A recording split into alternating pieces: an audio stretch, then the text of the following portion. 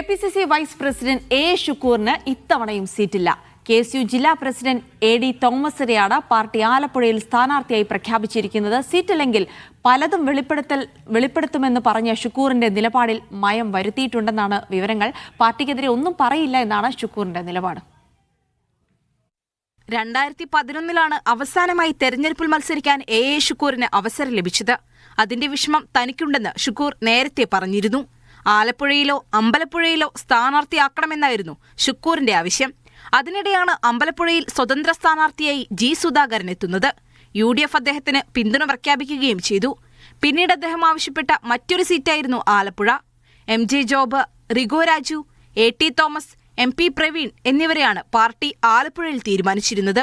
എന്നാൽ ജി സുധാകരന് പിന്തുണ പ്രഖ്യാപിച്ചതോടുകൂടി MJ job BJPയിൽ ചേർന്നു. പിന്നീട് നറുക്കു വീഴേണ്ടിയിരുന്നത് A ഷുക്കൂറിനായിരുന്നു. എന്നാൽ പാർട്ടി പ്രഖ്യാപിച്ചത് A.D. തോമസിന്റെ പേരും.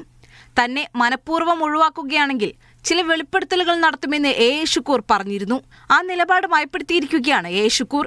തന്റെ നിലപാട് പാർട്ടിയോടും നേതാക്കളോടും വ്യക്തമാക്കിയതാണ്. ഇനി അത് പുറത്തു പറയാൻ തയ്യാറല്ല. തനിക്ക് പാർട്ടിയാണ് വലുത്. പാർട്ടി പ്രവർത്തകർക്ക് ധൈര്യം നൽകി അവരുടെ കൂടെ ഉണ്ടാകുമെന്നാണ് ഷുക്കൂറിന്റെ ഇപ്പോഴത്തെ നിലപാട്.